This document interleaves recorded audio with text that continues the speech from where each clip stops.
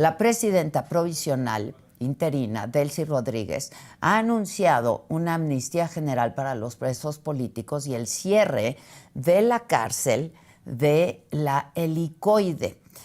Esta cárcel, aquí en La Saga, les hemos presentado un reportaje bien detallado de cómo opera. Es un centro de detención y de tortura que se convirtió en el emblema del oprobio de la represión de la dictadura. Y bueno, el hecho de que se cierre este centro es un paso hacia la verdadera transición en Venezuela. Para que nos explique bien a bien cuál es el alcance de esta medida y dónde está realmente Venezuela en este momento, nos enlazamos a Venezuela con el periodista Luis Carlos Díaz. ¿Cómo estás, Luis Carlos? Buenos días. Muy bien, un abrazo gigante. Muchas gracias por dedicarse a Venezuela. Al contrario, Luis Carlos, ¿qué significa el anuncio que hace Delcy Rodríguez del cierre de este centro de detención? Siendo en dos niveles, el helicoide en este caso es una petición de Estados Unidos, porque además se ha convertido en un símbolo internacional de tortura. Yo mismo estuve preso allí en el año 2019. Y hay que decir que no es el único. En Venezuela hay presos políticos en más de 90 centros de reclusión distintos, pero el helicoide es el más grande, es monstruoso, es un ícono de lo que ha sido el chavismo. Y hay que decir que Delcy Rodríguez fue la responsable, la directora del helicoide durante muchos años, porque como vicepresidenta de Nicolás Maduro, la vicepresidenta de la República, el SEBIN, el Servicio Bolivariano de Inteligencia, respondía directamente a ella. Es decir, ella era el tope de la cadena de mando del Servicio Bolivariano de Inteligencia. Entonces, vamos a decir, el evento en medio de aplausos y estas cosas a nosotros nos sorprendió, bueno, porque básicamente todo esto es el logro de la captura de Nicolás Maduro por parte de Estados Unidos, porque esta misma gente era la que administraba y aplaudía que existiera el helicoide y ahora aplaudía su cierre. Lo segundo es que ella habla de una ley de amnistía, sin embargo ese borrador hasta el día de hoy nadie lo ha visto, no está en manos de los comités de víctimas, no se está discutiendo con los familiares de los presos, no es accesible, no está todavía en la web de la Asamblea, entonces no sabemos qué contiene. Sí nos llama mucho la atención que ella haya hablado, y cito textualmente, el periodo de violencia que empezó en 1999 y se ha extendido hasta 2026. Y lo que decimos nosotros es, bueno, está describiendo al chavismo. Así, el periodo de violencia que empezó en 1999 fue la llegada de Hugo Chávez al poder. Porque en la narrativa que tiene Delcy Rodríguez, ella lo que trata de hacer ver, y está en su propio discurso, es que hay una confrontación, ¿no? Que el problema de Venezuela es que hay dos partes que se confrontan. Y eso lo que busca es igualar las responsabilidades o tratar de mostrar esto como un asunto de bandos. Y no, aquí no hay responsabilidades igualadas. La oposición nunca ha tenido centros de tortura, nunca ha desaparecido gente, nunca ha tenido tribunales donde encarcela a chavistas. O sea, el aparato de represión no está del lado de los opositores, entonces no puede ser visto como una confrontación, como lo quiere presentar. Sin embargo, claro que es una buena noticia porque también hay un reconocimiento del daño que se ha cometido a la población. Lo que pasa es que necesitamos tener el instrumento en la mano porque tenemos sospechas y preocupaciones. Una de ellas es que excluyan algunos casos. Ellos hablan de que no pueden amnistiar casos vinculados a corrupción o a homicidios o algunas otras, y nosotros sabemos de personas a las que la acusan falsamente de eso. O sea, que le han hecho procesos judiciales falsos y le inventan crímenes graves justamente para que no se salven de las amnistías. Y te lo puedo confesar, a mí mismo, el Servicio Bolivariano de Inteligencia me dijo que iban a sembrar un cadáver en mi casa, o sea, iban a llevar a una persona muerta para acusarme de homicidio, siendo un periodista. Entonces, sabemos que el chavismo hace trampa.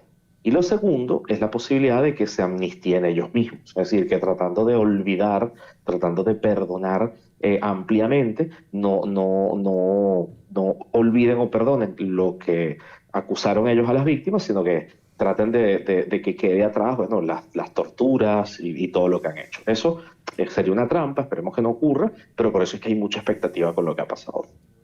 Oye, Luis Carlos, ¿cuánto tiempo estuviste tú en el helicoide? Por fortuna, mi caso de verdad fue bastante breve, fue o sea, muy pocos días, pero porque se hizo una manifestación muy grande. Hubo protestas gigantes, Además, se reclamó por mí en el Parlamento Europeo porque soy ciudadano español. Naciones Unidas también se movió por mí porque soy defensor de derechos humanos. Entonces, por fortuna, ellos me excarcelaron rápido, pero me mantuvieron en un juicio falso durante 3 años. Entonces estuve sometido a las medidas cautelares que tienen hoy los que están siendo excarcelados. O sea, prohibición de declarar en público, prohibición en este caso de estar en medios de comunicación, como periodistas anularon mi carrera en radio, prohibición de viajar y presentación en tribunales cada semana. Entonces tenía que ir al tribunal cada semana y por eso, vamos a decir, tuve que vivir todo el proceso como víctima siendo periodista y defensor. Híjole. Oye, Luis Carlos, ¿y se da el anuncio del cierre del helicoide? ¿Y cuándo se hará efectivo? No lo sabemos.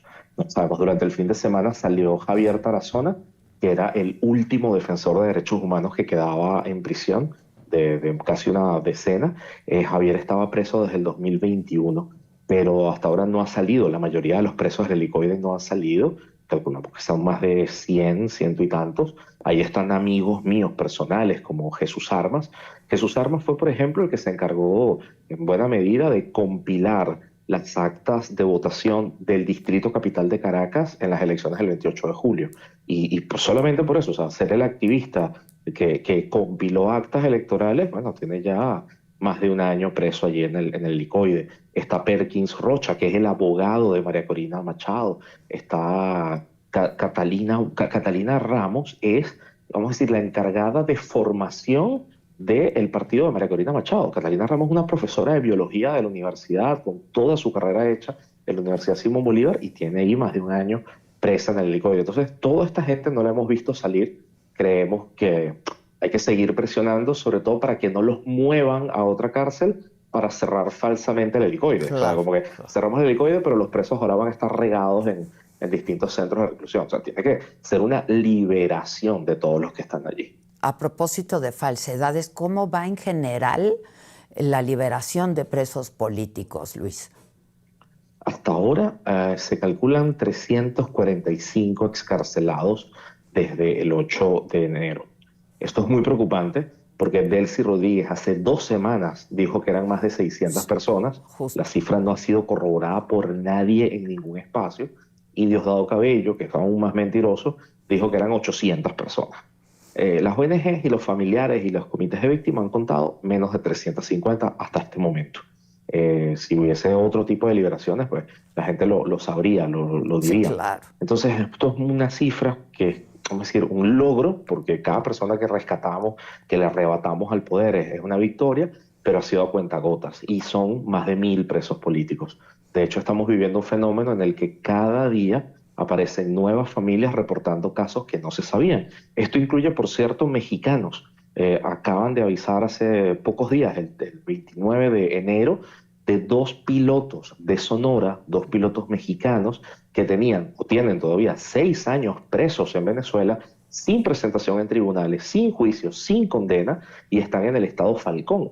Entonces, claro, sus familiares están pidiendo, tanto en Sonora como tratando de llegar a organizaciones venezolanas para ver si alguien los puede ayudar, bueno, porque son presos arbitrariamente. ¿Por qué Entonces, esos son casos supuestos que no motivos? sabíamos hace una semana y ahora los tenemos que sumar a la estadística. Ya, ¿por qué supuestos delitos los dos mexicanos?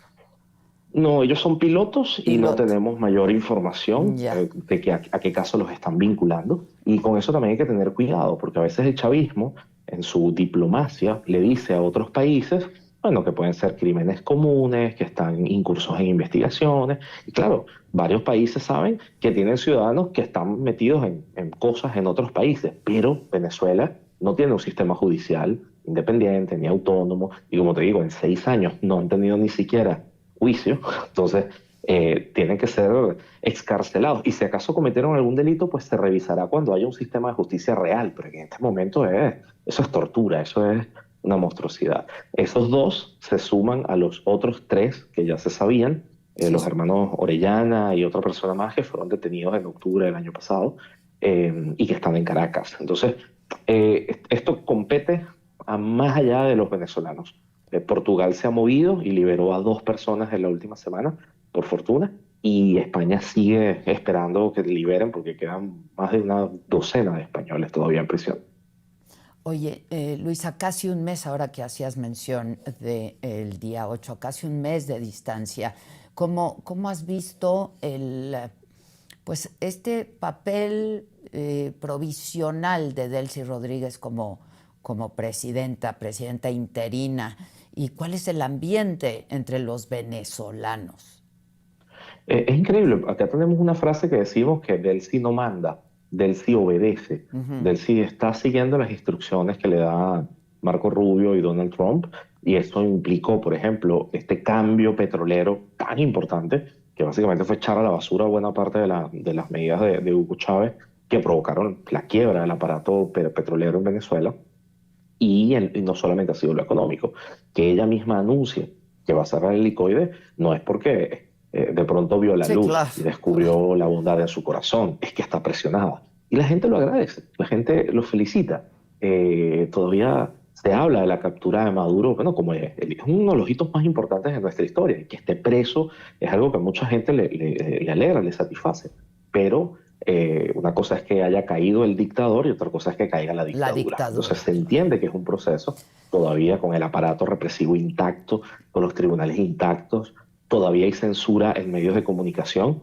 Un medio se le ocurrió, una televisora se le ocurrió transmitir palabras de María Corina Machado y la sacaron de la señal de televisión abierta y la sacaron de unas cuantas cableras, o sea, solo por mostrar a María Corina Machado. Todavía la censura se mantiene, pero la gente va retando y ese reto implica que ya hay grupos estudiantiles manifestándose, sindicatos manifestándose, ONGs de derechos humanos haciendo protestas públicas. Eso no se veía desde hacía más de un año. Y es Sí, porque curioso, eran porque eso es lo que se está detenidos, enfrentando el chavismo, estudiantes, reprimidos y sindicatos y ONGs detenidos. de derechos humanos. Ojalá la izquierda mexicana lo entendiera y no se pusiera del lado del chavismo. Ya. Pero sí se ve con optimismo, se ve que hay un camino que se está pavimentando a la democracia, digamos. Pero, o sea, sí, pero donde cada grano, cada milímetro que se ha avanzado es porque la gente insiste, porque la gente Sí, presiona. sin duda. Es decir, las madres de los presos políticos no han dejado de estar a las afueras de las cárceles, y digo madres, hermanas, hijos, desde el 8 de enero. Y lloran y gritan y claman hasta que se los entregan. No ha ocurrido una liberación masiva como lo hubiésemos querido, no se han legalizado los partidos opositores, los medios de comunicación que están cubriendo alguna cosa es bueno, porque los periodistas retan a costa de que los amenacen. Entonces es como estamos arrebatándole al chavismo parte de su poder con la ayuda de la presión internacional y por eso es que la presión tiene que aumentar. Así es. Luis Carlos Díaz, muchas gracias. Un abrazo desde aquí y ojalá podamos seguir en contacto. Un abrazo gigante, mil Gracias, gracias. muchas gracias. Oigan, el viernes pasado subimos a nuestro canal de La Saga una nota del periodista Ignacio Gómez Villaseñor. En esta nota nos dio a conocer de un hackeo que había sufrido Morena, el SAT y el IMSS, con miles de datos, con información bien delicada que quedaron expuestos. Hoy Nacho está aquí con nosotros. ¿Cómo estás, Nacho? Buenos días. Hola Adela, buenos días. Oye, pues se filtraron los datos. Sí, se filtraron los datos, millones de datos, porque es importante decirlo y no minimizarlo, porque se ha estado minimizando desde las mismas autoridades, ¿no? Sí, sí, sí. Y son 25 instituciones